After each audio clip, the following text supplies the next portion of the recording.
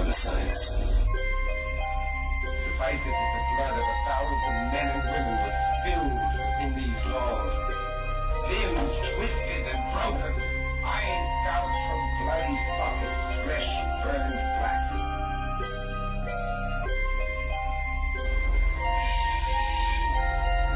Please. No way for death. In death, there are no accidents, no coincidences, no mishaps, and no escapes. What you have to realize is that we're all just a mouse that a cat has by the tail.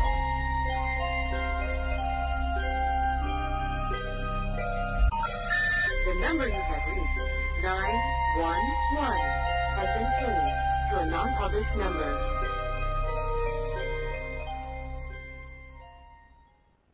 Warning, the following show contains conservative posturing, radical Christian ideas, and may offend pagans, Wiccans, Islamic fundamentalists, and other unenlightened individuals. Callers and guests may be subjected to brash and offensive comments by the hosts and any other type of bullying tactics available. But that's okay. We know why you're here. This concludes this test of the emergency broadcast system. Tonight is Monday, May 28th, 2007.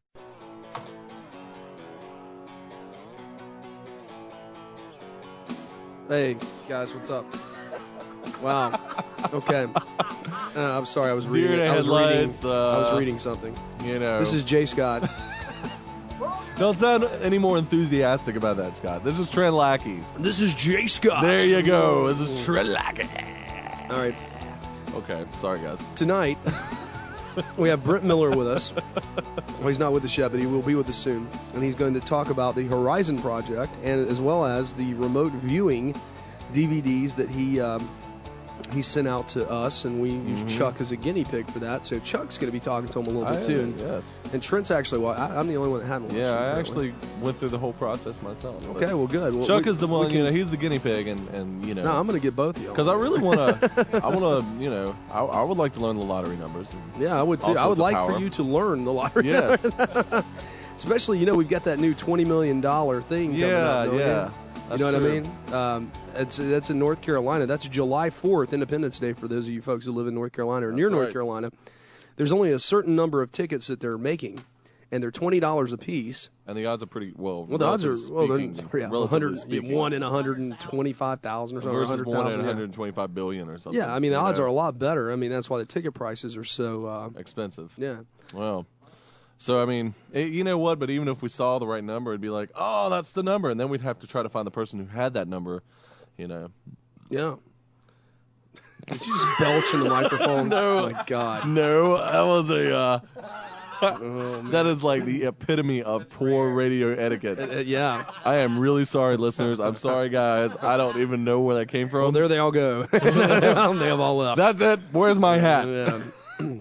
Turn your radios and computers off. Oh my gosh! Anyway. I promise that won't happen again. Wow. I want to take a moment to thank all of the radio stations that do carry us, especially KWSS and East Hill Radio and all these guys that have supported us over the years. Because it's nice to be able to be on the internet and the radio waves. Absolutely. And so that brings to mind this. This was given to me earlier today by Laura from Full Moon Radio. Now, she uses a site called Radio Daddy, or she did use a site called Radio Daddy. Uh-huh. And basically what that site did was it allows broadcasters to get in contact with radio shows and, have them do voiceovers for free for these different shows.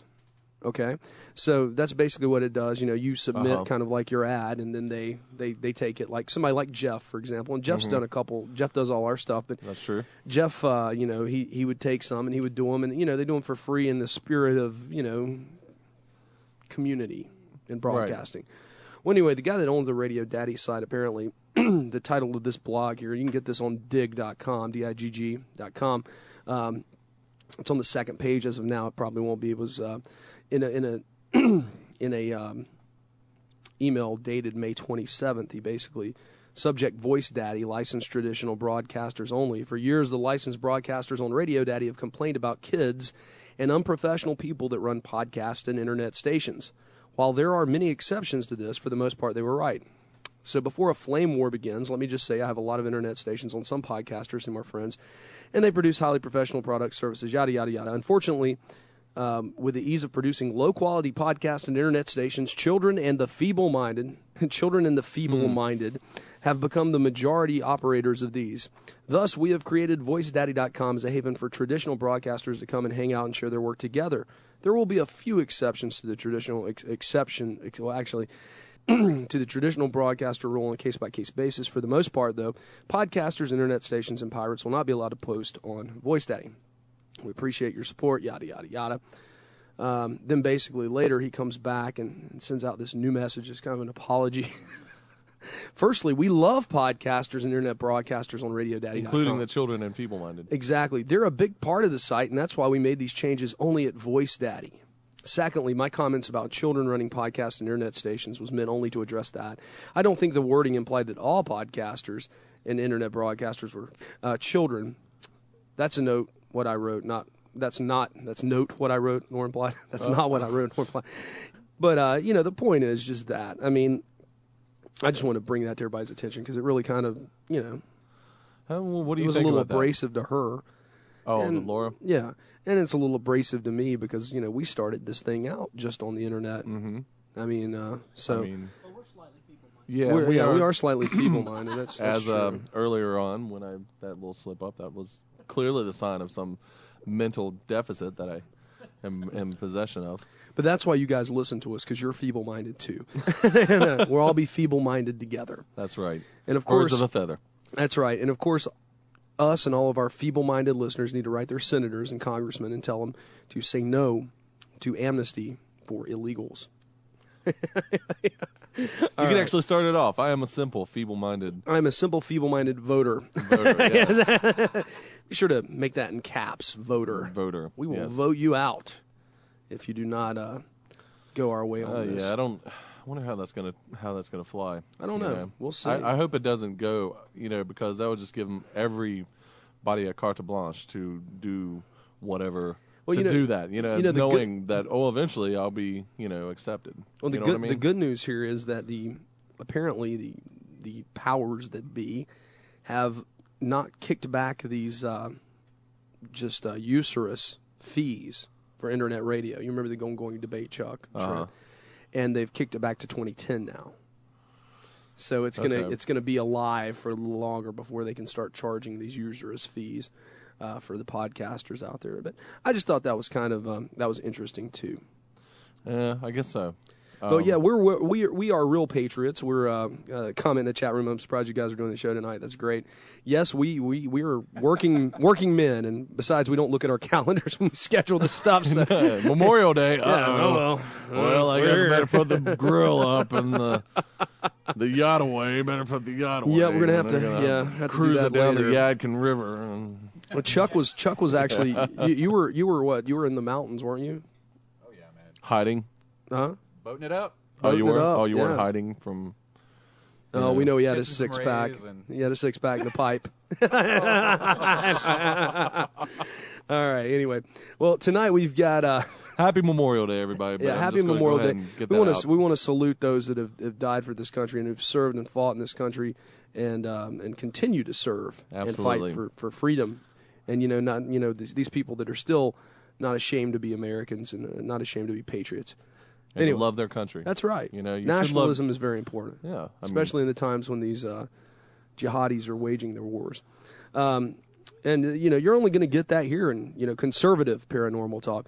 Anyway, tonight we have with us. Trent, do you want to take this or you want me to? I don't have a computer, but it's Brent Miller. Yeah, tonight we've got talk Brent about the Miller with Horizon us. Project. And he's been with us before, so you guys might remember him from the first time he was on. And he's coming back to talk about the Horizon Project some more, along with remote viewing, which we've had Chuck go through the thing, and we're gonna see what happens. Yeah, Chuck took the Pepsi challenge. He did. So let's see how it works out. Brent Miller. It's a pleasure to be on your show again. Thank you for having me. Thank you. Absolutely. Thank you for Welcome. coming on this Memorial Day weekend with us. We didn't realize it was Memorial Day when we booked this thing. Actually, I didn't realize it was it either. Oh, I'm sorry. Okay, well. We're interrupting his Several cookout. months ago. Oh, man. We interrupt your cookout, too, huh? Well, thank you so much for being on again with us, Brent. Welcome. So what can you tell us about the HorizonProject.com? What's going on? What's new? Yeah, with the because Horizon I was Project? looking for the second episode, and I didn't see it up yet. Maybe it's just because I don't know how to use the internet. Or is it just not out yet? It's just not out yet. What we're waiting for, what we were planning is a trip to the North Pole. We are trying to take some scientific measurements at the North Magnetic Pole. There have been several organizations and groups that have gone close to it, but never anyone who has actually been there. There's some information we need based on the coalescing of the magnetic forces as it affects matter and phase shifts of matter there. That expedition was planned on June 5th through June 17th of this year. However, that looks like it was pushed off an entire year by our own government. They require a complete detailed list of all the scientific equipment 12 months in advance, so it had to be rescheduled till next year. Why? We don't know. It just seems like a bogus excuse to push off the project. But they indicated the only thing they would tell us that we need a complete detailed manifest of every piece of scientific equipment, what it's used for, why you need it, etc., and we need it 12 months in advance for the expedition.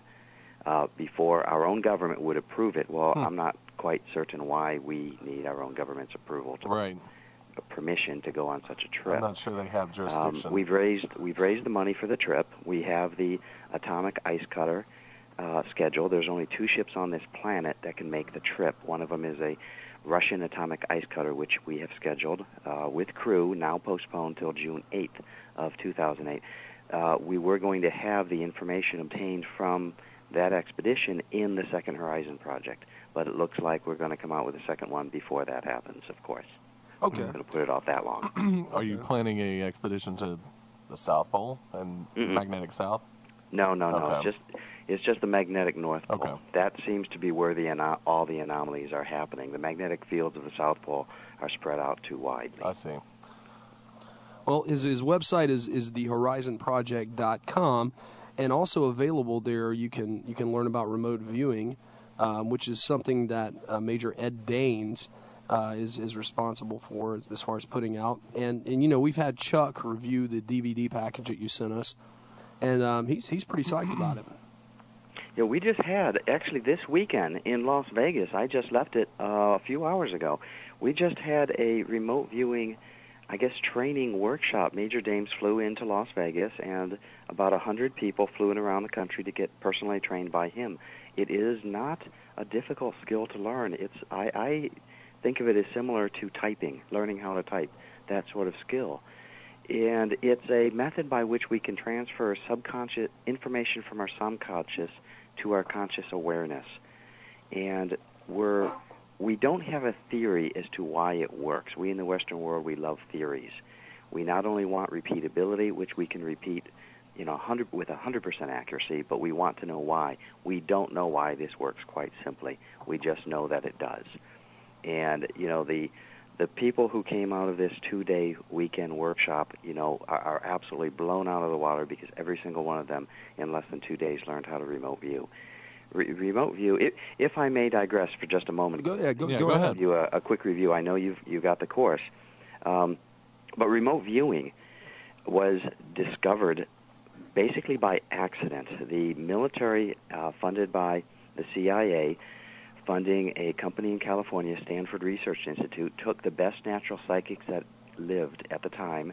This was about 25 to 30 years ago, and they studied them day in and day out to see if there was any sort of pattern by which they were correct. Most psychics are 98%, 99% incorrect. Most of them will tell you that they're right all the time, but when it really comes down to it, they're 98% inaccurate, and the general public knows that. Oh, yeah. So we like the idea of psychics because of the 1 or 2% of the time they're on, and when they're on, they're dead on. And we sit back and we wonder, how in the world did they know that? How did they do that? And it's just amazing, and that's what the government wanted to know. the 2% of the time they are on is there's something that's going on in their head. So they took all sorts of, brainwave scans while they're remote viewing. I'm not remote viewing, doing psychic, whatever they were doing with their psychic functioning. And they tape recorded, and they recorded absolutely everything. And after about 5 or 6 years studying one particular person, they studied many people, but one particular person made the breakthrough, Ingo Swann. One scientist at night was reviewing all the tapes and noticed that whenever Ingo Swann was correct, right before he started to write down his answer, his fingers would jiggle just the slightest bit. And this was after 5 years of studying him and everybody else that did this, which they didn't understand this. So they went back through all the tapes and realized that 100% of the time he was right, his fingers would jiggle. And all the times he was wrong, they wouldn't jiggle right before he started. That was the key to creating the protocol for remote viewing. And basically they asked him then, why do your fingers jiggle right before you start? And he didn't know the answer. So that led an entire investigation for creating how he gets the data and how he breaks it up mentally. The military created a protocol. When they discovered it worked, they brought it into a top-secret program, which, of course, they got an unbelievable amount of funding in order to refine the protocol, to teach it to everyday civilians like you and I who are as psychic as a rock, who can actually be on target 80% of the time. Well, I want to. Yeah. I want to do a test run with Chuck tonight. If you could draw something out for him.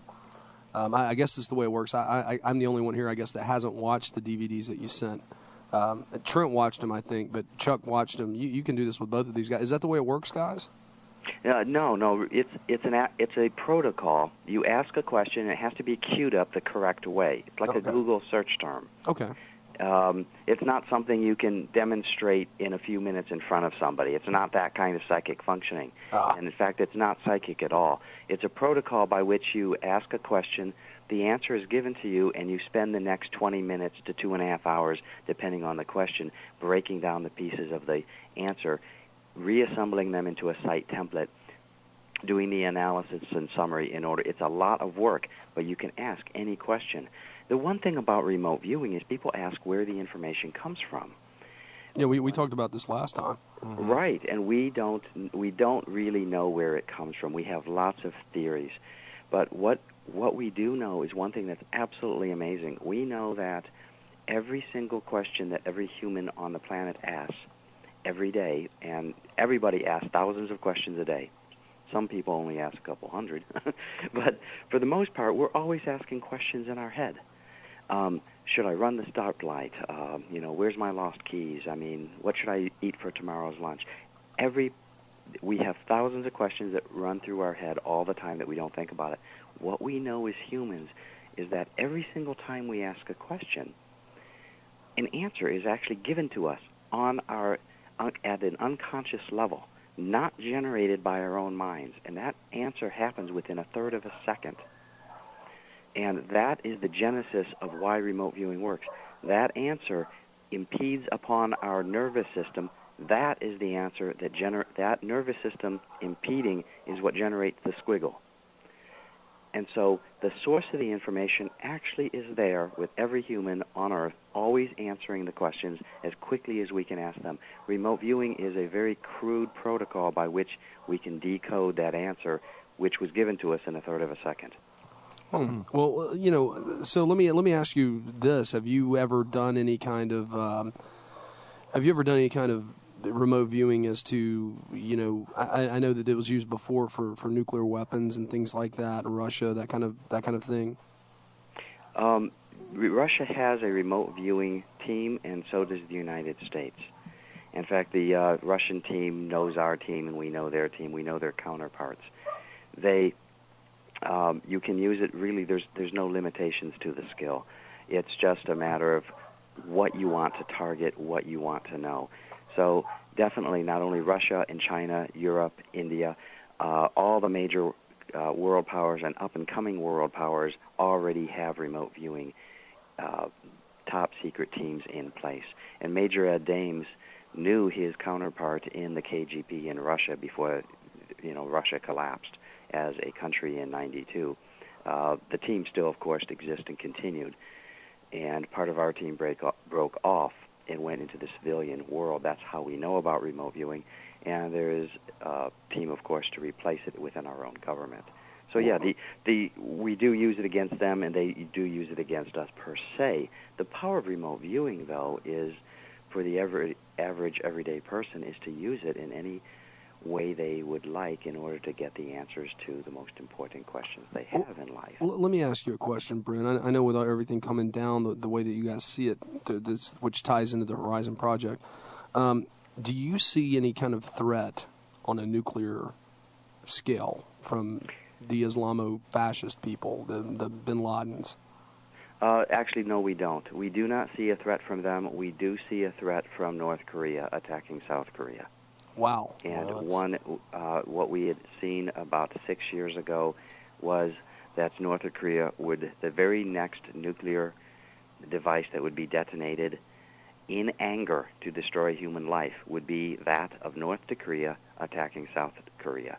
And that was 6 years ago, and we wrote up an entire, portfolio on the event and the sequence of events leading up to it. And basically at that time it was considered laughable that North Korea could ever develop the technology to even fabricate a nuclear weapon, never mind test it and detonate it. And in our report we indicated that they would create two devices, one that they would test, and then after they have tested it, there would be a lot of negotiations back and forth, and then the second device they would use. Wonderful. They would use it in a manner against South Korea where we nor any other country could retaliate. And we already have the entire scenario as to how they would use it. And so it was not a shock to us at all that they not only developed the technology to do that, but they have already acquired these two weapons and then tested one of them. Well, what do you mean we would never be able to do anything? We couldn't retaliate? Well, there are certain international laws in place which tie our hands under certain situations. For example, the border, the demilitarized zone between North and South Korea is several miles wide, about 30-some miles wide. Nobody's supposed to be in there. That's Let's true. suppose our current 28,000 American troops that are in South Korea were to cross into the demilitarized zone for one reason or another, and a nuclear bomb would wipe them all out. They're not supposed to be there in the first place. That's true. Who really are you going to attack? Now, trying to convince them to come across the line for some reason is going to be a trick, and we already have a few scenarios, why that would happen. Well, that DMZ. There's a number of reasons why. I was going to say that DMZ is pretty heavily fortified. Yeah. Yeah. Not only that, it's got a lot of landmines and things like that in it too, and a lot of juice going into it. Well, anyway, we'll nonetheless, continue we got to take a short break here, Brent. If you'll hang with us, and anybody you want to call, just give us a call here, 877-722-7382. That's 877-SCARE-YOU2 or locally 336-996-1596. You're listening to World of the Unexplained. We'll be back after this. Remember when paranormal radio used to be open to New Age ideas and every possible form of spiritual enlightenment? It's a religion based on the understanding of consciousness, the understanding of nature, in particular fertility laws. To my spirit guides are those who have passed over. And, I've always been able to see colors around people, which I've known now to be called auras. Maybe coming to the close of one kind of psychic life, and I very much believe that this was what the Maya were really trying to talk about. Well, we're not putting up with that. World of the Unexplained. Conservative paranormal talk. Big on God. Big on guns. With your hosts Jay Scott and Trent Lackey. Heard Mondays, live from 8 to 10 Eastern on Planet Paranormal Radio.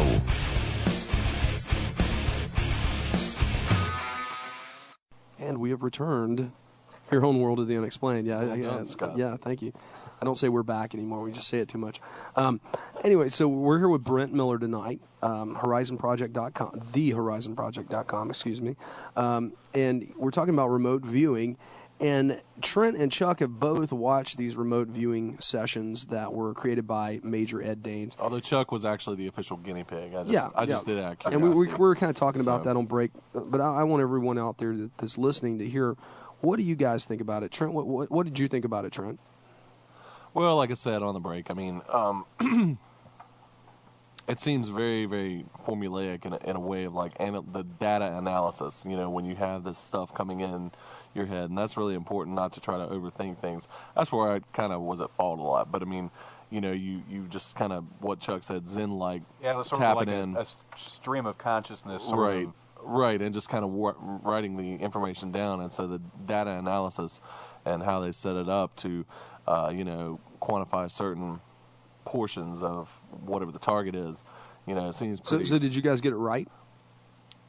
Portions. I mean, yeah, like he was saying, because we were using the templates, it diminished the accuracy. So I mean, there are parts of the targets where I would get one or two aspects of the target right, but not the entire thing. And sometimes I didn't get it right at all, because I would sort of, once I started writing the stream of consciousness words, I detected patterns in what I was writing, and therefore I started to create the image rather than the image come to me. So Chuck, you're overthinking it. Right. Well, let me ask you, man, about the electric chair. Do you remember that one, man? How well did you approximate that one?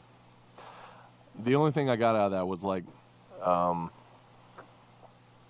the difference between it being angular versus flowing, and maybe I got that right. But I mean, as far as it being a chair or what it was used for, no. Well, you actually got it was a chair. It was, didn't you, Chuck? yeah.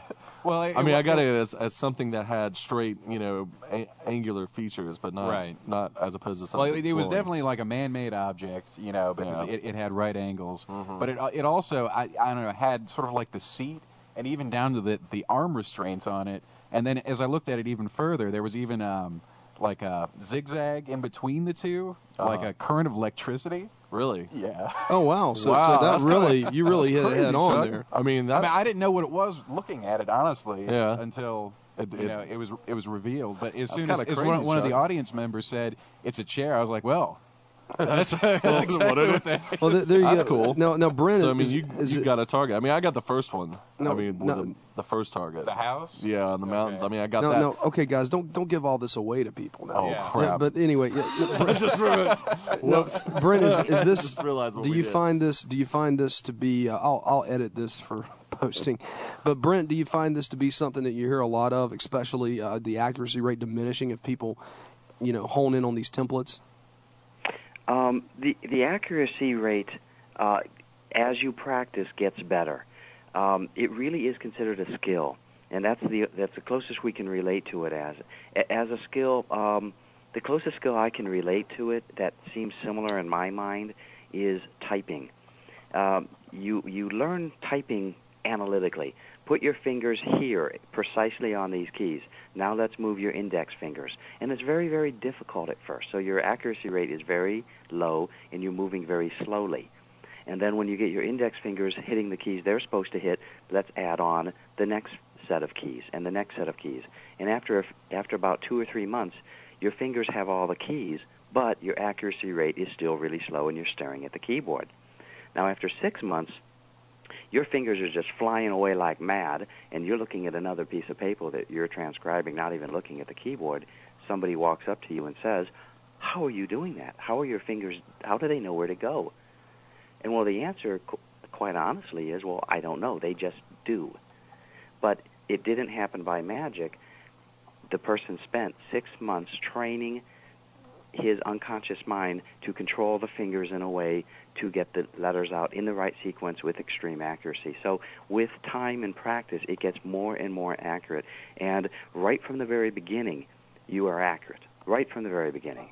But your accuracy rate is very low. You do get certain aspects, like you'll say it's a landform like a mountain, and then you'll say, well, it's a man-made object, kind of like a chair, but you're not really certain. But after 6 months, you'll say, not only is it a chair, but it's got leather straps, and it was used to kill people and electricity, and you'll actually name it. Wow. Yeah.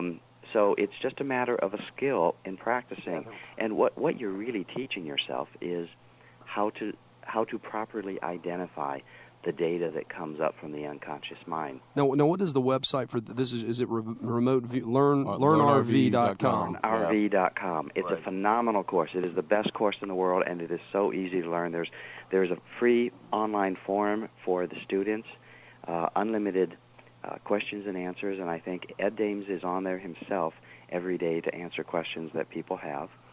and it's just a phenomenal course. I just have nothing bad to say about it whatsoever. Now, you use this process yourself. Yes, I do. And you found a lot of success with it. Unbelievable success. In fact, what most people want to do with it right when they learn it, they want to, like getting a new car, they want to take it out and see what it can do. Yeah. So what's the best way to take it out and see what it can do? Everybody is interested in money. I was no different when I first learned remote viewing. I used it in futures trading. I used it in stock trading. I used it, yes, to do the lottery. I've won the daily California 3 lottery 8 separate times. And it really opens your eyes that the source of the information doesn't care what the question is, it just answers it, period. It doesn't judge one way or another how are you going to use the information. It just simply answers the question, and your skill determines whether or not you properly decode the answer. And so you get to the point where finding things becomes more or less a given. So then you want to use it for more important things, and that's when we turned it to the Horizon Project and really discovering the type of planet we're on, where we came from, where we're going.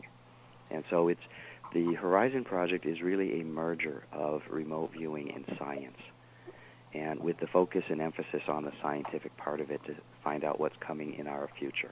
Now, what do you say to people like one of the people in our chat room that says, that sounds a little demonic, it sounds a little, Well, actually, it goes back to the source of the information. Yeah. The very first question a lot of people have is, what is the source of the information? Well, the ancient Chinese, about 4,500 years ago, referred to it as the Akashic Records, a static field of knowledge that exists throughout all of time. Everything that has ever been done, is being done, or will ever be done, is written in this massive database, this library. And the Akashic Records is what the ancients referred to as this database. We refer to it today as the Matrix. There are a lot of things we know about this Matrix or Akashic Records. We know it is not static. You can ask any questions. Yes, where's this? Where's that? What's a daily 3 California lottery? First digit, second digit, third digit. But in addition to asking all the static stuff, you can ask non-static stuff. It's like a person asking their father their whole life, where's this, where's this, where's this, where's this? And then one day the child looks up and says, what do you think? And the Matrix, the father, then says, it's about time you asked. I'm glad you asked that. Let me tell you something. So you can ask questions that are open-ended and get answers. Optimum health, what you should do. And you can even ask questions about itself. Well, what do you think? Where do you live? How does this mechanism work? And the best, and believe me, there have been thousands of sessions by hundreds of remote viewers trying to tackle that exact question. They all come to the identical conclusion. The source seems to be angelic.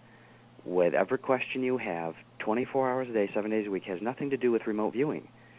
Something puts that answer in the back of your liminal gate. No matter what the question is, you instantly know the answer within a third of a second. Like a lot of religious books say, whatever question you have, it'll be answered. But what they don't say is that it's answered instantly and completely, which is what we find to be true. It's almost like what, say, Christians would call a guardian angel that answers your question. So the source, it doesn't matter who asked the question, the source is always perfect and it's answered instantly. And so the best analogy we can give it is we believe the answer is angelic. Sort of like God's search engine. Kind of like, people have referred to it kind of like a mind of God, and the Matrix actually the book of life. And so that's been analogies that have been repeated literally over thousands of years before our simplistic method called remote viewing came into being. There were other methods for thousands of years by other cultures that referred to this same source of information. They knew it was there, and they referred to it as the mind of God and book of life. Sounds a little freaky to me. It's something that thinking that humans really have this ability. And obviously, we didn't create it. It was. Well, do you think that maybe it's not? I mean, this is just. I'm not playing devil's advocate here. One view is to say, well, maybe it is Satan. Like the famous church lady. Could it be Satan? I mean, and then but there's other things. But I guess one of the things, could it be that you're just tapping into part of the brain that you don't use already, and you're using this method to do it? Well, like I said, we do know a lot about it. Another thing we know is it's not global human consciousness. Okay. We'll just theorize. If it's global human consciousness, that if somebody throughout all of time, billions of years from now, were to know something, we could instantly tap into that and know that ourselves. Let's make that assumption. Well, then we ask questions that no human could ever know throughout all of time. For instance, the crystalline structure on the largest rock on the planet Pluto right this second. It's a pretty safe assumption that no human throughout all of history will ever know at this moment in time the largest rock on the planet Pluto, well, now a moon, declassified to a moon, what is the internal crystalline structure of the rock. But we still get the answer. It doesn't matter what the question is. Everybody gets the same answer in exactly the same way.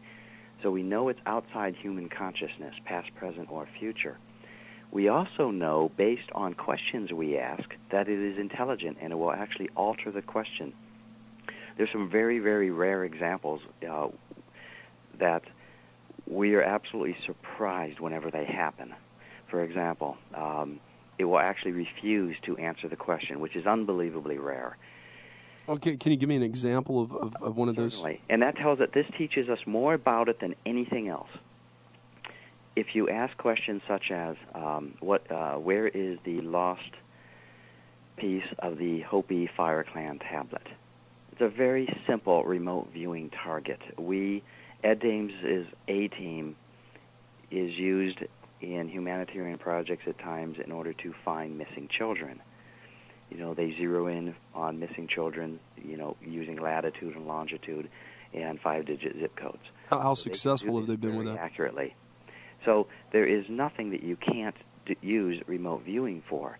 So finding the missing piece of the Fire Clan tablet on this planet should be a piece of cake. It's no different than finding a missing child or your lost car keys. It's a given. It's one of the simplest things to do. But when you do that, what happens is the answer you get is, in essence, I'll paraphrase very shortly, but you get a very, very complex, detailed answer. But in paraphrase, you're not going to be told the answer because the resulting answer could only be used for something that is considered, quote, not good, unquote.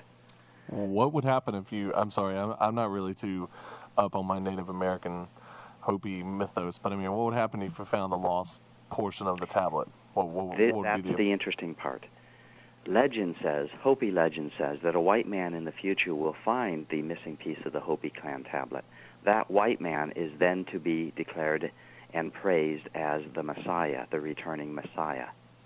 So in other words, the source of the information, for some reason, feels that is not a good thing, and therefore refuses to answer the question.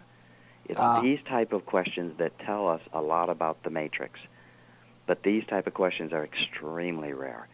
In essence, you can ask anything you want and you get the answer. I guess the same would be true for finding the lost Ark of the Covenant, or the Holy Grail, or the Noah's Ark. We know. We know where the chalice is. We know exactly where the Ark of the Covenant is. We've targeted all of those things. Oh, wait a minute. I think I know where the Ark of the Covenant is. This is a guess. Tell me if I'm right. I have a guess too. Okay. Go ahead. I'll give my guess and then you give yours. Okay. I think it's under the Temple Mount. Under the Temple Mount. It's I would say it's Ethiopia. It's where? It's in Ethiopia in a private man's home. In a private man's home? This private man happens to be extremely rich. He knows what it is, and it will be used later. It will come out in the future. Yeah, and it has been protected. King Solomon's son, i.e., son of Queen Bathsheba, took it to Ethiopia. Oh, the Queen of Sheba, right. We've tracked it completely. So we basically know these artifacts. We know. So when is this going to be used again? Can you tell us that? It'll be probably within about 20 years. We have a problem with, one of the problems with remote viewing is chronology, because the Matrix doesn't recognize our man-made calendars. Or concept of time. Yeah, it has a difficulty with time. Temporal qualifiers such as next, previous, next days, next month, it'll do, because those are positions of the moon. in a year where the planet moves around the sun once. But in terms of the 7th time the planet moves around the sun, it can't do that because even numbers in the matrix, even though they have real meaning, like the number 7 exists and the number 3 exists and the number 8 exists, they exist as concepts. The number 7 is not greater, the concept of 7 is not greater than the concept of 1. Just like the concept of the Russian flag is not greater than or less than the concept of the American flag. It's what man assigns the value to 7. Does the quantity assigned to the symbol 7, is that quantity of items that we assign to 7, is that quantity greater or less than the quantity of what we would assign the symbol to 1? So the cues become very complex. So time is a problem, but we do know it'll probably be within 20 years. Okay, well, what about the Holy Grail? You got a guess for that, Scott? No, I don't. I don't either, honestly. No, and the interesting part about remote viewing is the source of the information never alters its answer. Never, no matter in what culture and what year. So that, because the source is outside of time, there's a single answer to everything. And it doesn't matter what your intent is. That is the beauty. So if you really want to know an answer to a question, be prepared to change your way of thinking, because it doesn't care what your intent is or what your beliefs are. You ask a question, you get an answer. Well, let me ask you this then. What is this thing going to be used for? What is this art going to be used for? Did you ask that question? No, we didn't. No, Oh, you specifically have to ask because it gives you a 2-part answer. Every question that's ever asked, you get 2 parts. You get the answer to the question and then the context of the answer. In other words, is Bin Laden alive or dead? You get him, you get him not only alive, how he's dressed, where he's at, but the context, his surrounding area. But you don't get any more. So the questions are very specific, and as I indicated, the process by which you break down and the answer into its discrete parts, reassemble them into a site template. It's a very complicated process. So you don't ask questions that you don't want to know the answer to, because it's a lot of work to do it. Okay, now you've got a DVD on the remote viewing site. So this Remote View the Lottery. Yes. How successful has this been? The Remote Viewing the Lottery DVD, the method by which we, the professionals, use in order, I'm not saying I'm a professional, but Ed Dames' professionals use to remote view the lottery is completely different from that DVD. They use a method of numbers and symbols that will work indefinitely, whereas that particular method was created by Mary and 2 of Ed Dames' students, Mary and Charisse Rivera, who went through the entire program with Ed Dames and his professional team, and they are actually professionals themselves. I believe at the time they lived in Texas, and they won the Daily 3 Texas Lottery multiple times. They wanted to publish the mechanism, the process by which they used remote viewing in order to do it, and that's what that DVD is. You have to first know remote viewing to understand what the DVD is even talking about. No, can you application of DVD? Well, can you with the regular remote viewing pack? Can you remote view the lottery without this remote view DVD for the lottery? Well, you have the skills of remote viewing, just like you would have the skills of knowing how to type, but you wouldn't know how to type. You wouldn't know how to cue the question up, because numbers themselves can't be cued directly, and so they came up with a process by which you can cue the equivalent of numbers and get numbers back. Okay. And so that's what they have published, and since they have copyrighted that, I'm not privy to say their process. It wouldn't make sense on the air unless you knew remote viewing anyway. Yeah. Couldn't you potentially, though, formulate the cue as when, where, and what ticket to buy that would be a winning lottery ticket? But, well, you can do where very, very quickly, because it would give you something that you would recognize, which store. When is, again, chronology. That would be a problem. Right. That would be a problem. Mm-hmm. Now, you're talking about just picking a random number, these prepaid numbers. Right. Powerball, a random number, something like that. queue up winning number, or not winning. I guess I don't know exactly where to get the winning ticket. I mean, first of all. Powerball, next. Winning ticket? I don't know. What you would get is the answer is you get exactly what you're asking for. You would get a person holding a hand, holding a ticket, or whoever won the ticket, maybe it's a team or a company team or a group of people, you would get them holding the ticket, and you could identify every single one of them. In Illinois? Or looking at the event, and the focus, they would be context, and the ticket would be the answer. So you get what you ask. I got you. What we did is not an experiment, but for fun. Once a year, Ed has his group of people come to Vegas, only because there is, one of the people lives in Vegas, and he has a nice place for everybody to get together, and they do sports. They get together as a team, and they discuss the projects for the next year.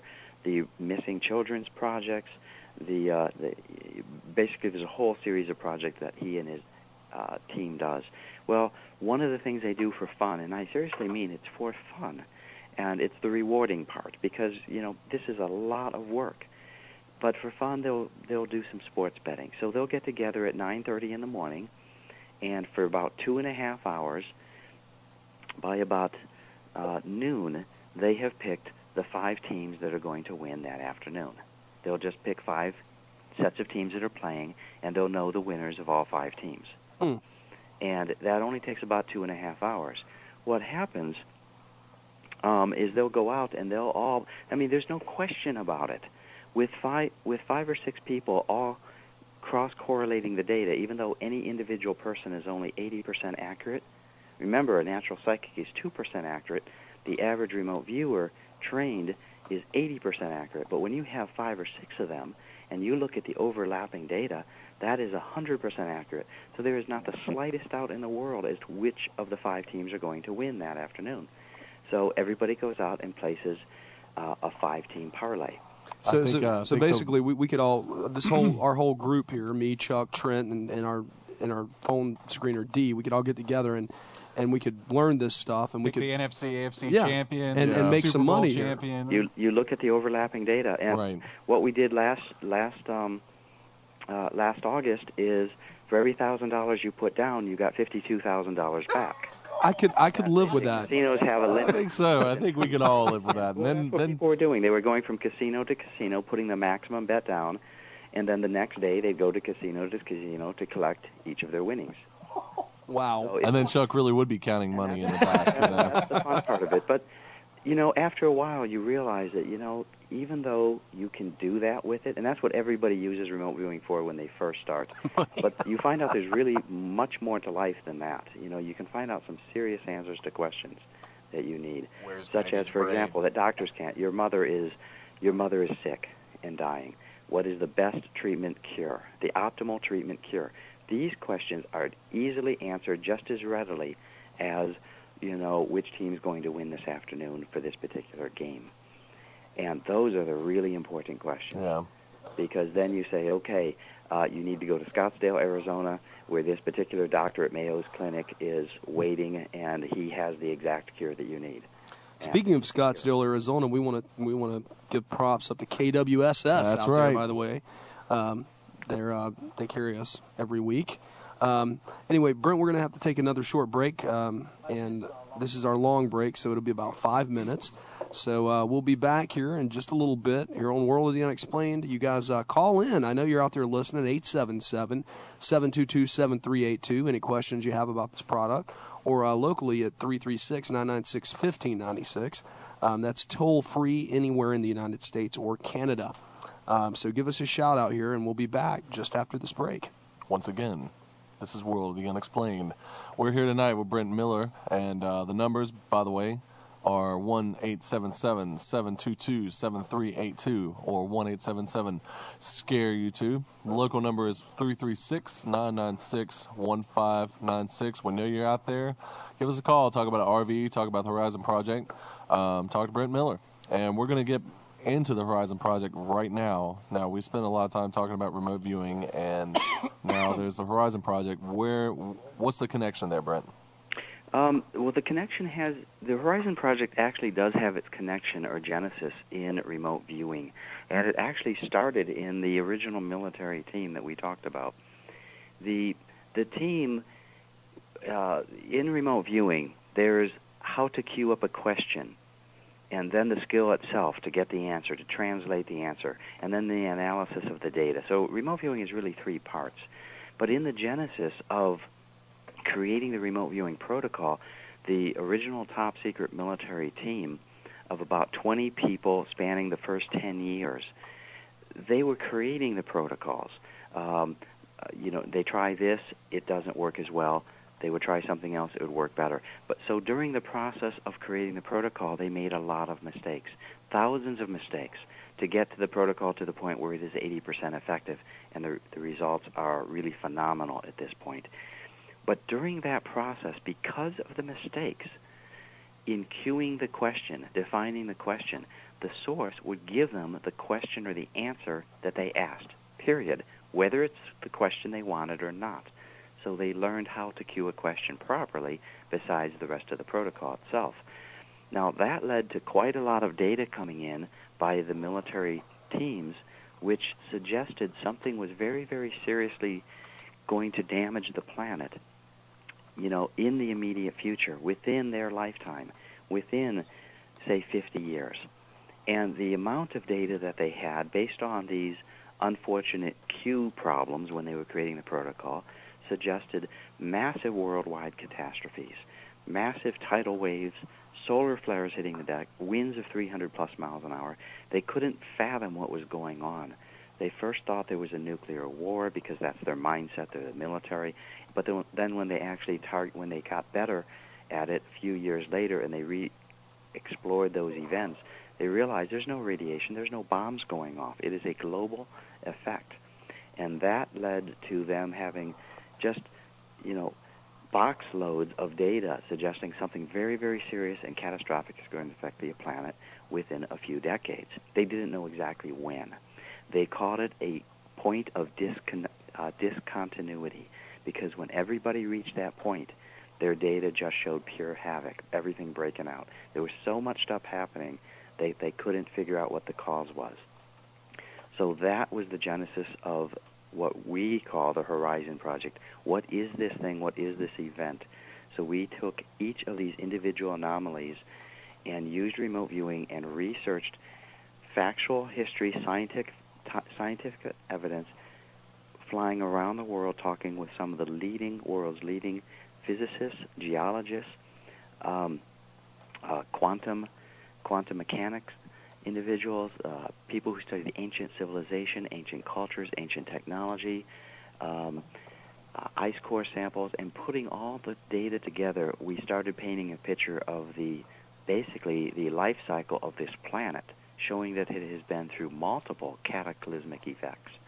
And we believe we have more than sufficient evidence, overwhelming evidence that shows what is exactly going to happen in the future, and the evidence is all around us that it has happened on the past over and over again. What we believe is about to happen, what created all of these anomalies and all these disasters simultaneously, is the Earth itself shifts. Like a polar shift. Not a magnetic pole shift, but a geographic pole shift. We believe it's going to shift about 30 degrees. There is geological record of the last 3 pole shifts. Charles Hapgood created a very documented manuscript of this event in the last 3 pole shifts. And you can see the pole shifts in the magnetic lattice structure as you dig the cores underneath the Atlantic Ridge. You can see the effects of the Earth passing through, and the cause is the Earth passing through the galactic plane, which will happen again as within the next 10 years. The Mayan calendar ends in the year 2012 for this particular reason. The end of the long count that they call the backward count will end in the year 2012. Their exact date precisely is December 24th, 2012, but the event itself will happen about 6 months before that, the shift. The remote viewers saw as part of this event, a very, very minor precursor, an initial solar flare hitting the Earth. And every time they see this solar flare, they saw a giant-sized planetoid-type body. They wouldn't call it a planet, but they said it was planet-sized, similar to the size of Earth, moving between the Earth and the Sun that triggers the flare. Well, coincidentally, on June 6, 2012, Venus passes directly on its solar ecliptic between the Earth and the Sun. We will actually see the planet Venus move across the face of the Sun during broad daylight during that day. That's the event that they see a solar flare being launched from the Sun, and then Venus moves out of the way because it moves a lot faster than Earth, and then the solar flare continues to hit Earth and sears part of the planet. And the ice core samples in Antarctica and in Greenland also support this cyclic event. We can dig down, and we have dug down, with ice core samples that go back 450,000 years. And in a very cyclic pattern, we see cosmic dust not from this planet, cosmic dust locked into the polar ice, with other layers of ice on top of it for thousands and thousands of years, and then another very thin line of cosmic dust. Well, cosmic dust doesn't just fall from the sky. It's literally blown through the atmosphere, covering the entire planet in one giant, massive, catastrophic event. It's where our solar system, the Earth being part of that, is pushed through the galactic plane. And that pushes the dust, which is spread to the outer edge spherically of our solar system, through our solar system, pushing through each of the planets and dropping down on each of the planets. Fortunately, our planet has an atmosphere with condensation, and it locks this in place, so we now have a historical record of this event. There are so many various scientific evidence that exists on the planet that show this cyclic event over and over again, including the most telltale sign of all. If the planet did have catastrophic pole shifts in the past, the planet's continents would reshape themselves. As the Earth spins on its axis, centrifugal force at the equator pushes the equator out just slightly greater than the north-south distance. Actually, that slight distance is about 25 miles. The Earth is, for all intents and purposes, it's almost considered a perfect sphere, except for this 25-mile diameter increased bulge around the geographic equator. Our highest mountains are less than 6 miles high. So this 25-mile bulge is more than enough to create all the continents plus all the mountains. If you were to slow this Earth down, the continents and the mountains would drop into the sea, and the entire planet would be covered with water. If you shift the pole, the geographic poles, and start spinning the Earth back up again, a new equator, geographic equator, forms, which reshapes the continents and creates a whole new set of land masses. What will be the effect if that happened in the past? Let's say the Earth is filled with 6 billion people like it is today in the past, and the pole shift would occur, which the evidence does show that the pole shift has occurred at least 3 separate times.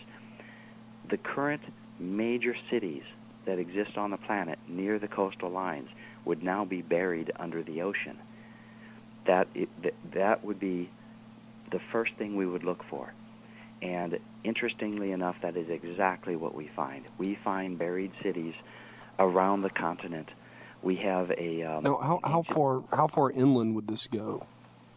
Well, depending on where the new pole shift is, the new north and south polar axis are located, entire continents would disappear. They would drop to the bottom of the ocean, and new continents would reappear. Oh, wow. Similar to the lost continent of Atlantis disappearing in a single day. And this event will take less than a day or two to happen. Now, do you see this happening to the United States? Absolutely. In fact, there's more than overwhelming evidence that shows that the United States did not exist beyond the last pole shift. For instance, I live in Las Vegas right now. 6 miles to my immediate west is a mountain range. On the very top of the mountain range are brand new coral head, huge coral head that the carbon date to about 10,000 years ago. Well, The last pole shift, according to the most ancient books we have, occurred at about 9050 BC. These are ancient Sumerian scrolls which refer to it, which is about the carbon dating of the coral head outside the mountains. So the top of the mountains outside Vegas were at about 50 feet or so below the surface of the ocean less than 10,000 years ago. How does and that, according to the magnetic records and the records that we have, do show when the last pole shift would have occurred scientifically. How does the theory of plate tectonics tie into this? You know, the fact that the plates are moving under each other, pushing each other up. How does that tie in with this? Well, they don't tie in at all. Geologists have long taught that, well, everything moves very, very slowly instead of things happening in a cataclysmic event. So if things move very slowly and this continent moves 1 inch every 100 years, then it will take so many millions of years for this mountain range to slowly move up several hundred feet. What we do find is that, yes, the plates do move with respect to each other, but the massive effects for the entire planet happen almost instantaneously. And we see record after record of civilization on Earth almost being completely wiped out and rebuilding again. So we also have records of ancient technologies that used to exist on this planet, which suddenly vanished off the face of the planet, and we are forced to reinvent the wheel. We are forced to reinvent electricity, forced to do all these things that we used to know before. 1,000 years after this next pole shift, they're going to be telling stories of, for example, the lost city of New York City, because obviously it's a legend at this point. It never existed. They had incredible technology. They had flying ships in the sky. They had cars. They could move at 300 miles an hour. All sounds like science fiction because they've been thrown back into the Dark Ages. There's I can't remember what island it is off the coast of Japan, but I mean, I'm sure everybody's aware of the sunken so-called city off that coast of that tiny island in Japan. And I was watching an episode on the History Channel about it. It was just about it. Okay, I know. And I think the thing that really got me is, like, yes, it's very fascinating and it's very remarkable how angular and it looks like it's being carved by human hands, but there's no signs of anything. Like Bimini Road or no, that's in the Caribbean. But I mean, this is off the coast of Japan. But I mean, basically, I know what you're talking about. It was Dr. Robert Schoch who was actually talking about this. You know, the guy that talked about the Sphinx being older than it was. Yeah. But one of the things that he's talking about, and something that I tend to agree with him, is like these pre-Diluvian civilizations. You know, if they exist, then, you know, surely there'd be some fragment of a carved stone inscription about language, for example, or something that would have be clearly the sign of the work of human hands. And you see what I'm saying? We have that all over the planet. There are scrolls. We have linguists, we have doctors who study ancient languages, ancient cultures. The oldest written language that we have is the Sumerians, and the Sumerian scrolls talk about, you know, the Earth, civilization coming to an end in a single day. We have the ancient Chinese who were incredible astronomers. They record precisely when the sun set twice in one day. It set in one spot, it rose back up shortly after sunset, moving back a third into the sky, and then reset in another spot. At the exact same time that happens, we have on the other side of the planet a biblical reference of a king having the sun move backward in the sky. It didn't actually set at that point. So we get the same event at the same time in history from two different viewpoints, watching the Earth actually tilt and move in real time. Those land masses weren't affected where they were, but other land masses on the planet were affected. We do have scrolls. There's probably 2,000-3,000 different scrolls and texts that exist for the last 10,000 years that talk about this effect. And we do have technology that they talk about that suddenly is gone. Like, for example, it is inconceivable to us how we would lose the ability of electricity, but we did. They had electricity in Egypt, you know, several thousand years ago. Suddenly it's gone. And batteries. They did the equivalent of create a Model T, over 4,000, 5,000 years ago, and suddenly all the technology is gone. And we have to reinvent it all in the last few hundred years. So if you think about how fast we can create technology, 200 years ago, mankind was in the horse and buggy age. So within 200 years, we have actually created the society that we live in now. But for thousands of years before that, we needed to build up the infrastructure in order to create this last sliver of society. If the infrastructure was suddenly wiped out, it would be wiped out for thousands of years again to be built up right at the end. So we do have quite a whole series of documentation showing this. The oldest one is the Solomon translation of the Egyptian Book of the Dead, which describes the sun rising and falling at about 9050 BC. In addition to, texts like that, we do have a history, a many thousand-year history of calendars, Aztecs, Mayans, talking about the event that caused the destruction of the earth and it's coming back. They refer to it as various different things: red comet, fiery dragon, bearded star, the destroyer. Different documents call it different things, but regardless of what they call it, the description of what it is and what it does is all the same.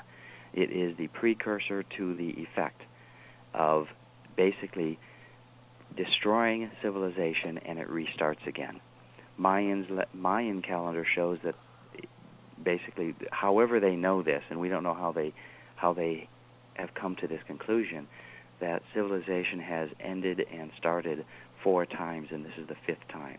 So now, did your remote viewing people, do they feel that the United States is going to be completely underwater this next time? We see that much of the United States will be destroyed. In fact, we see that within 24 hours of the initial shift, that about 2 billion people on the planet will be killed, most of them on the coastlines. 6 months after that, another 2 billion people will die due to looting, lack of medicine, lack of purified water, lack of food. Basically a Mad Max scenario. So if approximately 6.5 billion people, we're going to have 4 billion of them obliterated within the first 6 months. It stands to reason since the majority of the human population is near water anyway. Yeah. I mean, oceans specifically, like the biggest cities are near oceans. Oh yeah, Except port for, cities. You think of one that's inland. I guess Moscow is pretty big. And what is interesting but is not that near water. Yeah, we today live in a society where it's basically a collection of everybody's opinion. And I respect that. That's the way we communicate, and we explore different ideas and concepts. But in the past, even though they expressed opinions, they actually stated it was their opinion and didn't state it as fact. When they stated things as fact, if you look for thousands of years, all of these texts and all the writings, they all talk about the same thing. They don't talk about hundreds of different scenarios. They all talk about the exact same sequence of events. And interestingly enough, this exact same sequence of events is in almost every religious text, scattered throughout history as well, including the Quran and the Bible. So when we look at this from a very scientific viewpoint, we see a series of cause and effects based on our understanding of physics. But when we look at the religious books and we look at the way they describe the effects and strip out the religious components, and you just look at the effect itself, it's the same sequence that would happen. So the sequence of the opening of the seals, for example, and in Revelations, the 6th seal itself is the pole shift. And right after the pole shift, you have a whole sequence of events. They call it trumpets, 1, 2, 3, 4, 5, 6, 7. You would have that exact sequence in physics if you strip out the words that suggest, the religious type context. You do see a physics series of events. And this is the type of thing that we think is coming down, and this is the type of effect that we know that the remote viewers and the military team saw. Now, you told us the last time that you were on on the last time you were on a program, you told us that you were a Christian. Yes. Your personal beliefs. Now, how do you equate all that? I believe that everything, from a personal viewpoint, that humans are created with a destiny. We have a certain time to make choices, to make the right choices. Our choices affect every choice we make in life affects who and what we are, and we have really a choice to do what we know to be right, or a choice to do whatever else we want to do. But we have the freedom to make choice, but we are held responsible for those decisions. In terms of this particular event coming, what I find very interesting is that the galactic plane seems to be the cause of this civilization being reset, everybody being wiped out, and Earth being basically reseeded, and it starts over again.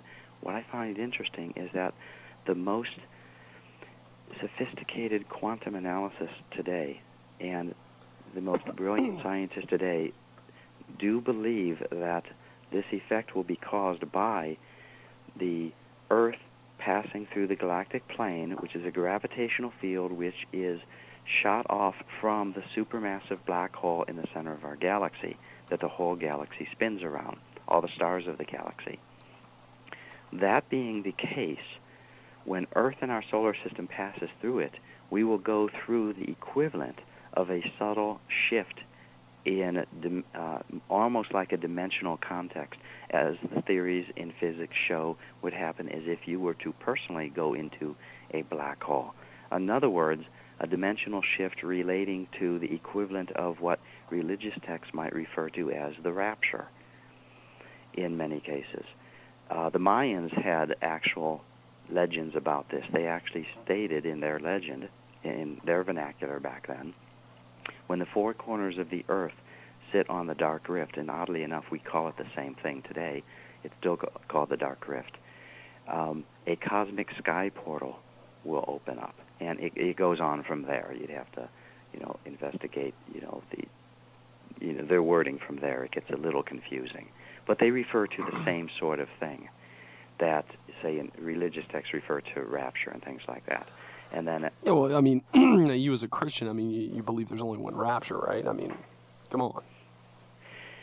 I am a Christian, yes, and I'm a scientist as well, but I cannot find the slightest contradiction between any information remote viewing provides and religious texts.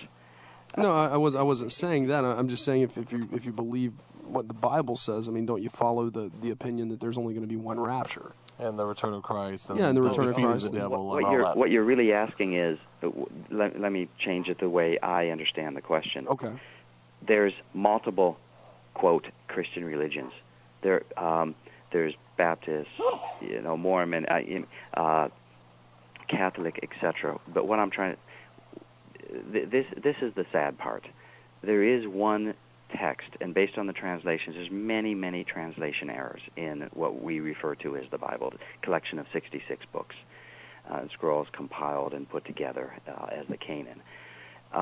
As a result, various churches exist which translate it to their liking, and they contradict each other. So you have all these, quote, Christian religions. I mean, but there are some fundamentals that don't change regardless. Yeah, I mean, even if you look at different translations. Not a single Christian religion that will agree with any other Christian religion in terms of fundamentals. That's what I'm trying to say. So I don't think that's accurate. I mean, I think the Quakers and the Moravians pretty much believe in a Trinity. Yeah, and as well as the Baptists and even also the Mormons believe in a Trinity. Yeah, I mean, I think there's certain things that aren't going to change. And I mean, if you want to talk about historical documentation and things like that, I mean, you look back at how many reference points you have for the Old Testament just by itself. I mean, you're not going to mix the translation up too much. Yeah, if you people who are linguists and really study, the wording and the structure, they've already identified well over 600, 700 translation errors, serious translation errors. And people use these errors. Oh, where are they? They're scattered in every book, throughout every book of the Bible, and every chapter. Well, then doesn't that kind of imply that the Word of God has been corrupted, and therefore, no, if that's the case, then it's called translation, for example. Well, the Word of God would not be corrupted. It would be. You want me to answer the question? Yeah. Yeah. Okay. Go ahead. Yeah. Let him answer. For example, if you're translating from one language to another, you're constrained by the restrictions of the language you're translating to. Oh, that's understandable. Yeah. In English, for example, we have, say, as an example, say 6 tenses for be, been, was, were, when, something, just the word is, right? In Koine Greek, you have 31 different tenses. So in other words, they do the very best to translate because they're under time constraints. Instead of writing an entire paragraph of 3 words in Greek, which would be the equivalent needed to write it in English, they will pick a single tense. So in other words, as an example, they'll take a single verse, and let me give you just one example. John 3:16 that everybody knows. For God so loved the world that whoever believes in him, that verse. Let me see. A lot of different religions will use that verse to say, and I know that we're way off the subject matter. No, that's fine. But the actual real Koine Greek text indicates, whosoever believeth in him and continues to believe in him. That's the actual meaning of the very specific verb used in the Greek. But we don't translate it to that. So we translate it to whoever believes in him, period, and move on. So without that slight idyllic translation, what people will say, some religions will say, you can lose your salvation, others will say you can't. Yeah. And they argue back and forth forever. But if you actually look at the real text, it's all very clear. So anyway, I didn't really want that to go into a religious kind of discussion, but what we're seeing is that when you look at remote viewing and when you look at the scientific evidence of the Earth, we don't see any contradictions between, say, the intent of any religious text and what we see as evidence here on Earth. That has already happened and will continue to happen in a cyclic fashion. Well, Brent, I hate to stop you right now. Yeah, We're going to have to take our last break of the night, though. Real quick. So you guys hang tight and somebody call in. Yeah. 877-SCARE-YOU-TOO. We'll be back in just a second after this. Once again, we are World of the Unexplained. We don't have a whole lot of time left, but here's the numbers. 1-877-722-7382. That's 1-877-SCARE-YOU. Let me try that. 1-877-SCARE-YOU. I don't know. 1-877-SCARE-YOU-TOO. And we have been scaring you tonight, apparently, because you're too scared to even call in. It is some scary. It is some scary stuff if you think about it. Oh, yeah. The local number is 336-996-1596. Just got a little bit of time left for the Brent Miller tonight. All right, we went on a little tangent there before the break, but basically the question is, this thing is going to happen. What is the best strategy for us to survive it, essentially? Right. It's actually the best question you could possibly ask at this point, I believe. And I do believe that somebody asked me before if there was something we could do to avoid it. And absolutely not. We are not going to dodge the bullet. It is coming whether we want it or not. And it's going to happen just like it happened in ancient civilizations. They left markers, they left temples, they left calendars for us. Everything they left for us pointed to something that would survive thousands of years. They cut it out of stone. And the translations do show that a lot of these, what we call observatories today, are pointing to the center of the galaxy, basically telling us this thing is coming. So they were trying to warn us. We're not going to be able to stop this. So the question is, are we going to survive? Yes. A couple billion people on this planet are going to survive. But on an individual, society will go on. But on an individual level, that's the most important question. How can you survive? And what I think is more important at this point in time is not necessarily to figure out how to survive yourself, but what is really important in life. We've got maybe 6-7 years tops, and before this event happens, you're going to need medicine, you're going to need a place to live, you're going to need to get out of the coast if you live on coast, you're going to need to be in a place where there's food and water. in order to grow your own food. Basically, the people that we call third world countries right now, they are the most suited to survive this because they're already used to not having much. That's but a good our point.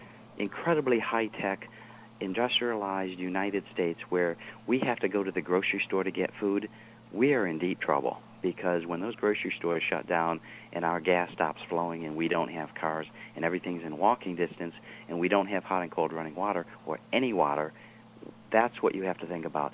You know, setting up a way to get that before infrastructure is rebuilt, which may take 6 months or more, and have the medicine available to you because hospitals won't be readily available.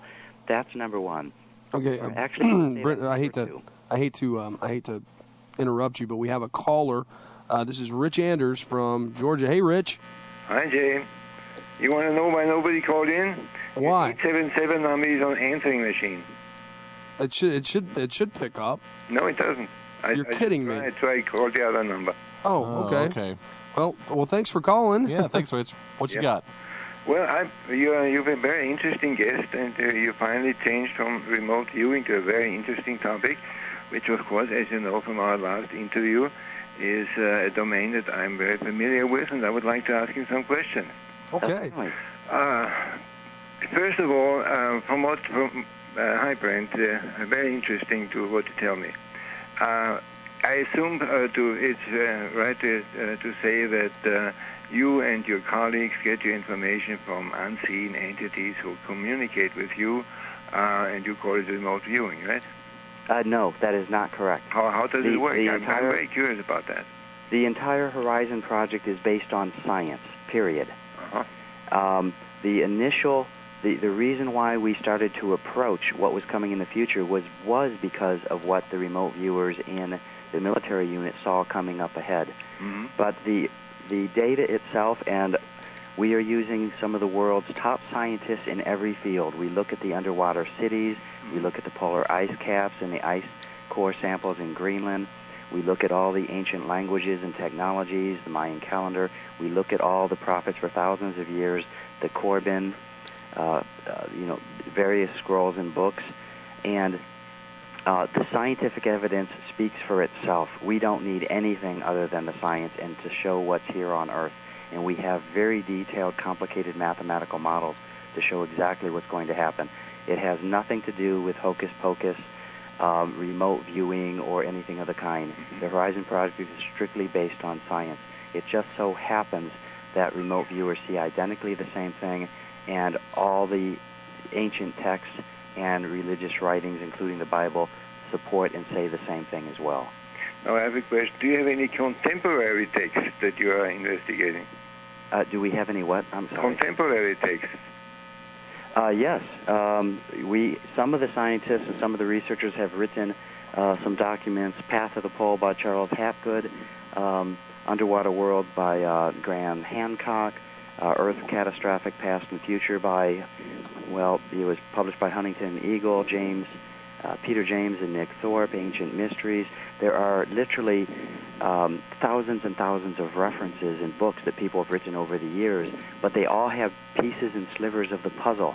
They haven't put them all together to form the picture that we're showing. Mm-hmm. So everybody is specialized in their particular fields of interest, but when you put them all together, you see something that is really scary and is coming quickly.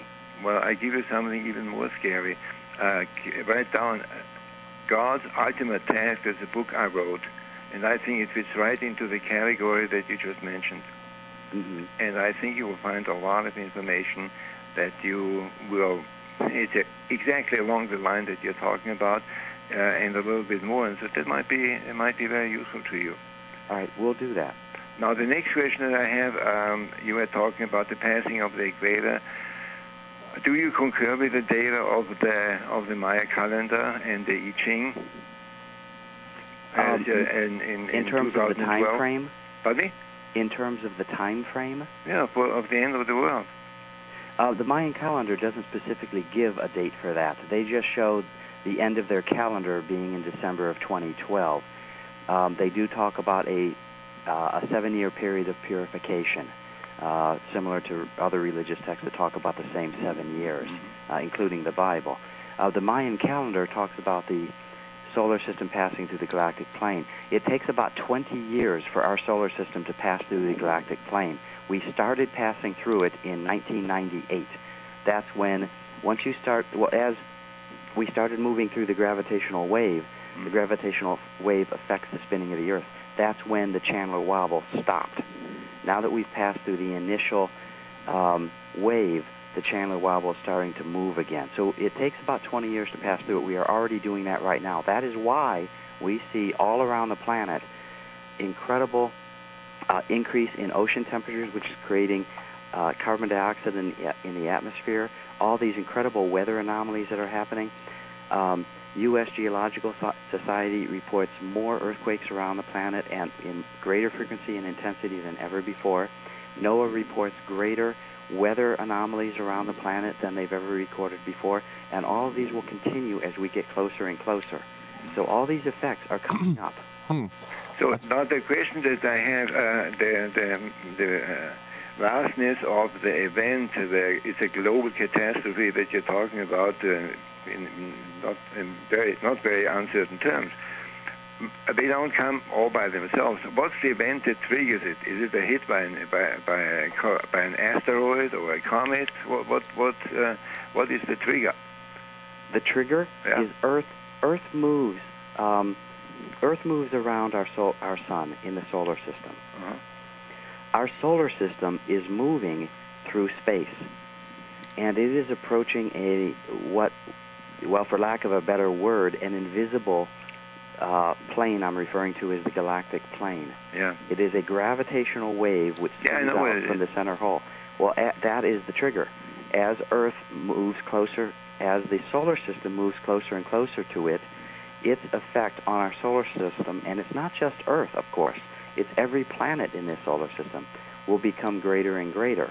So the gravitational wave is the trigger. There will be a point reached where the planets of our solar system start to shift and wobble.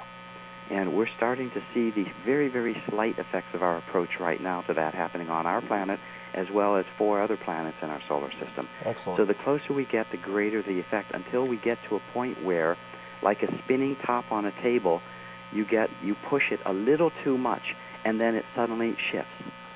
So there is a point at which it's going to shift, and we don't know the exact date at which point that is when it will shift. No, I have a question. What you just said sounds like a rearrangement of the solar system.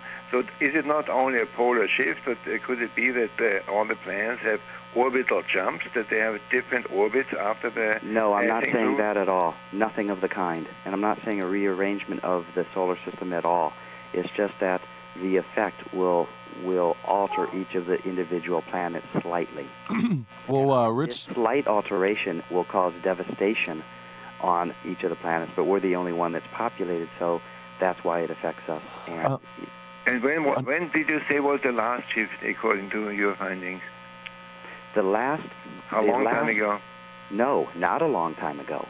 How long ago? The last... Well, how short ago? The last effect was about 4,300 years ago. Joshua 10, 12, and 13 refer to it as the day where the sun did not go down. Isaiah refers to it, Hezekiah's sundial moved backward in the sky. This is the same time where the ancient Chinese said the sun set and rose in the sky. That was the last slight effect due to a passing body.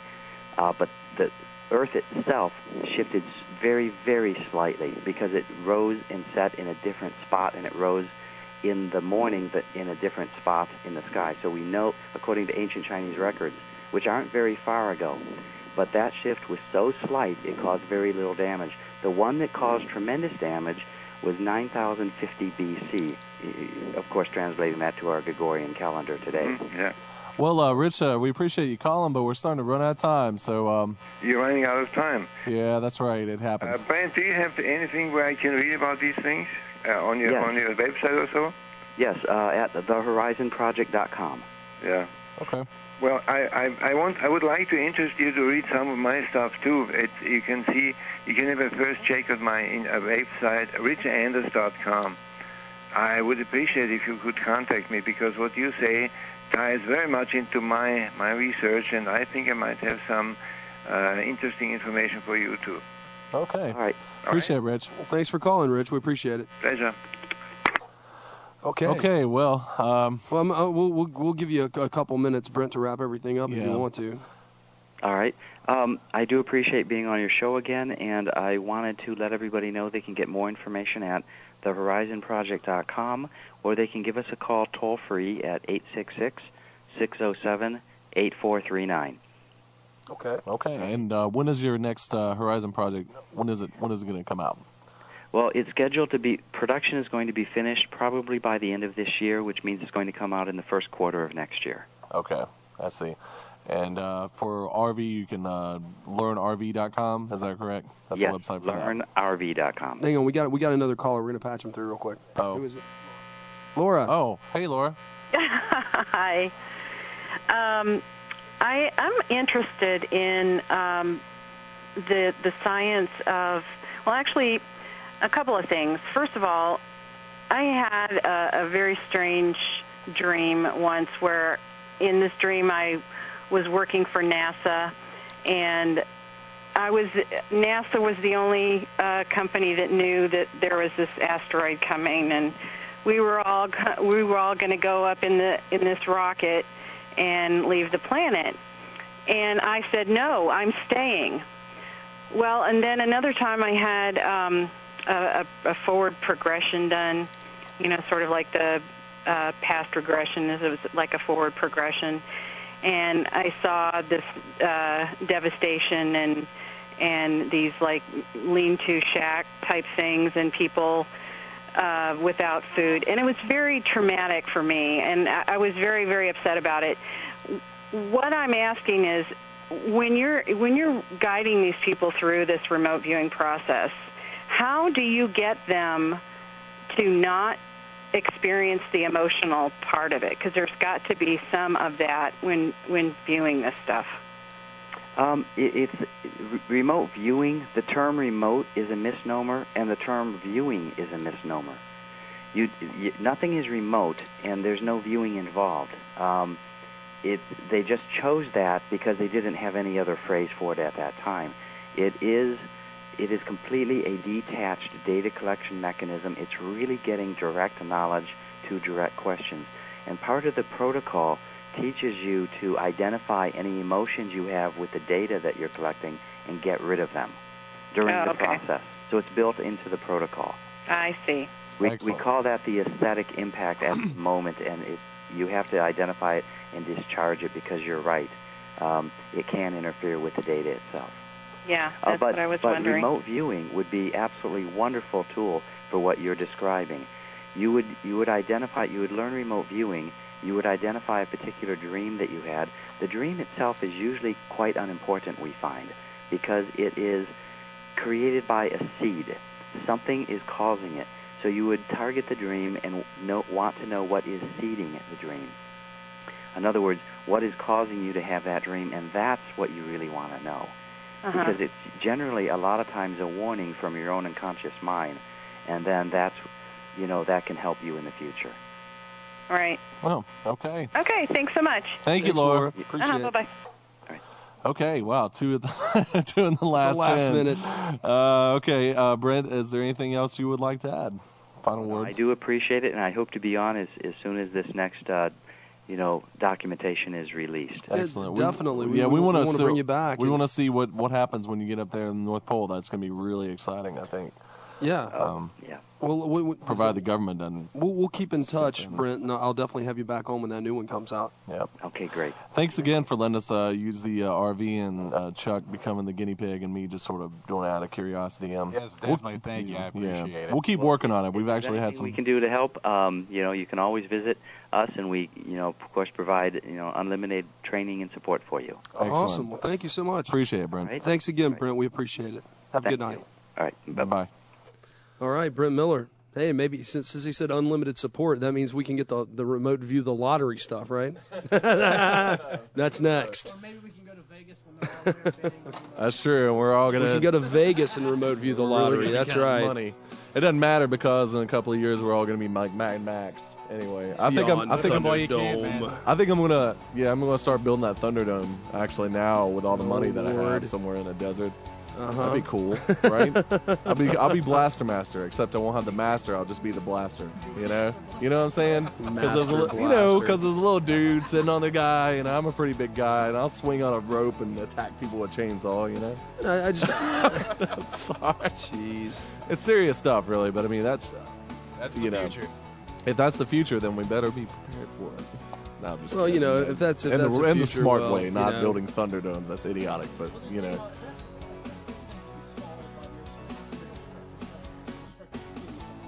Oh, well, that's true. Japan's already started doing it. Yeah, Japan has. Yeah. Yeah. They're running out. They're ahead of the learning curve. Well, they're running out of room to build stuff on. Yeah, that's exactly why they're doing it. Also, or maybe move very, very far inland. I was trying to think of a city here in North America that's really far inland. Kansas.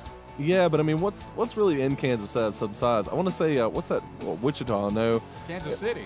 Yeah, a professional NFL team. That's true. And what about where all the insurance companies are? That's in the middle. Omaha, Nebraska. Yeah. That'd be a pretty nice place. Maybe Denver, I thought, because Denver is really high up there. My brother doesn't live far from there. Oh, really? Be all right. Yeah, just tell him to head up the hills. Him and the Sasquatch is going to be hanging out. That's it, man. That's it, baby. Yeah.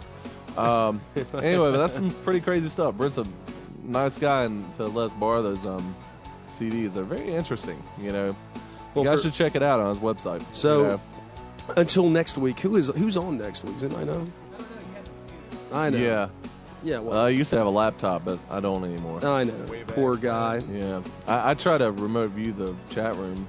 I haven't gotten to that point yet. You haven't got to no. remote view the chat room. AI on it? Fearful? Right. All right. It's probably one of those inside jokes that I don't understand. Okay. Yeah, look at the DVDs. You got them too, right, Scott? Next week we have Jason Offutt. Yep, Haunted Missouri. Yep, Haunted Missouri. That's going to be it's a good book, actually. It really is. I love a good ghost story book. And anyway, I've talked to him too. He's a journalism instructor at Northwest Missouri State University. Oh, really? And so you know how two English people get together and we all complain about our pet peeves about semicolons and apostrophes being out of place. He's a really cool guy. I like him. Yeah, I like him already. So, but yeah, he seems like a really nice guy. Passive voice. Yeah, exactly. Yeah. Don't write in the passive voice. That's right. Teresa Baines is that's not actually June 11th. We've got Robbie Thomas the first hour. I don't think I've even put anybody in the second hour. Whoops. I'm not sure. I'll have to look at my notes. We're going to interview each other. Yeah, June 18th. We got like 20 seconds. Yeah, okay. All right, we'll do that then. This is Jay Scott, your only JD Esquire thingy on this whatever. I've got to get a new slogan. Go ahead, Trent. Okay, this is Trent Lackey. We're coming to you from Kernersville, North Carolina, a small town where we talk about big things. Chuck, we out!